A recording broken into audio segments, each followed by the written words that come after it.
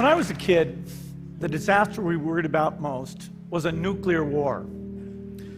That's why we had a barrel like this down in our basement, filled with cans of food and water. When the nuclear attack came, we were supposed to go downstairs, hunker down, and eat out of that barrel. Today, the greatest risk of global catastrophe doesn't look like this. Instead, it looks like this. If anything kills over 10 million people in the next few decades, it's most likely to be a highly infectious virus rather than a war. Not missiles, but microbes. Now, part of the reason for this is that we have invested a huge amount in nuclear deterrence, but we've actually invested very little in a system to stop an epidemic. We're not ready for the next epidemic. Let's look at Ebola. I'm sure all of you read about it in the newspaper. Lots of tough challenges. I followed it carefully through the case analysis tools we use to track polio eradication. And as you look at what went on, the problem wasn't that there was a system that didn't work well enough. The problem was that we didn't have a system at all. In fact, there are some pretty obvious key missing pieces. We didn't have a group of epidemiologists ready to go who would have gone, seen what the disease was, see how far it had spread. The case reports came in on paper. It was very delayed before they were put online, and they were extremely inaccurate. We didn't have a medical team ready to go. We didn't have a way of preparing people. Now, Médecins Sans Frontières did a great job orchestrating volunteers, but even so, we were far slower than we should have been getting the thousands of workers into these countries. And a large epidemic would require us to have hundreds of thousands of workers. There was no one there to look at treatment approaches, no one to look at the diagnostics, no one to figure out what tools should be used. As an example, we could have taken the blood of survivors, processed it, and put that plasma back in people to protect them. But that was never tried. So there was a lot that was missing, and these things are really a global failure. The WHO is funded to monitor epidemics, but not to do these things I talked about. Now in the movies, it's quite different. There's a group of handsome epidemiologists ready to go. They move in, they save the day, but that's just pure Hollywood. The failure to prepare could allow the next epidemic to be dramatically more devastating than Ebola. Let's look at the progression of Ebola over this year. About 10,000 people died, and nearly all were in the 3 West African countries. There's 3 reasons why it didn't spread more. The first is there was a lot of heroic work by the health workers. They found the people and they prevented more infections. The second is the nature of the virus. Ebola does not spread through the air. And by the time you're contagious, most people are so sick that they're bedridden.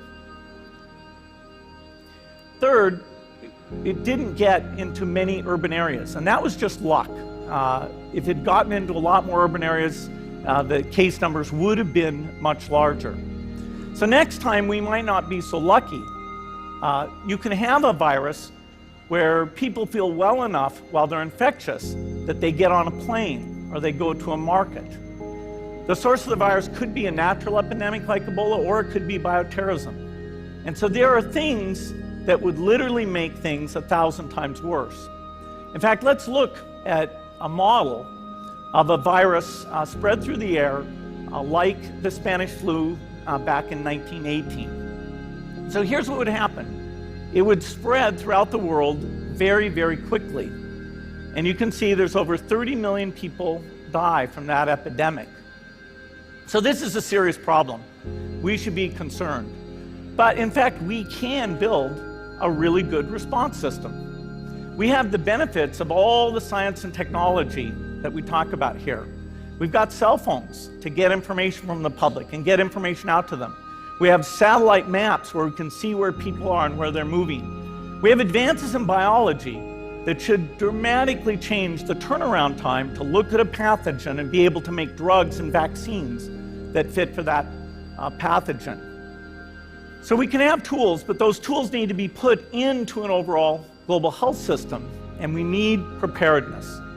The best lessons, I think, on how to get prepared are, again, what we do for war.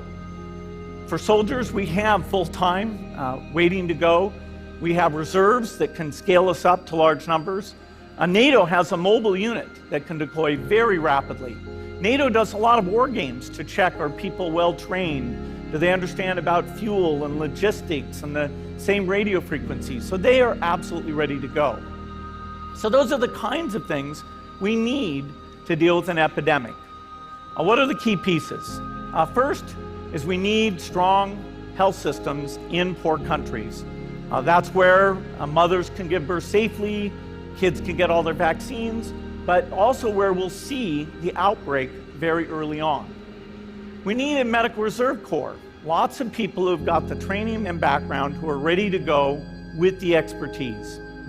And then we need to pair those medical people with the military, taking advantage of the military's ability to move fast, do logistics, and secure areas.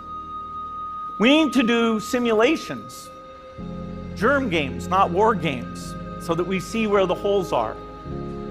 The last time a germ game was done in the United States was back in 2001, and it didn't go so well. So far, the score is germs 1, people 0. Finally, we need lots of advanced R&D in areas of vaccines and diagnostics.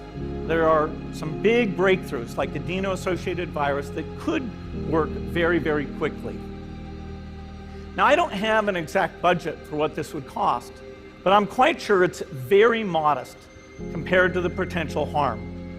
The World Bank estimates that if we have a worldwide flu epidemic, global wealth will go down by over $3 trillion, and we'd have millions and millions of deaths.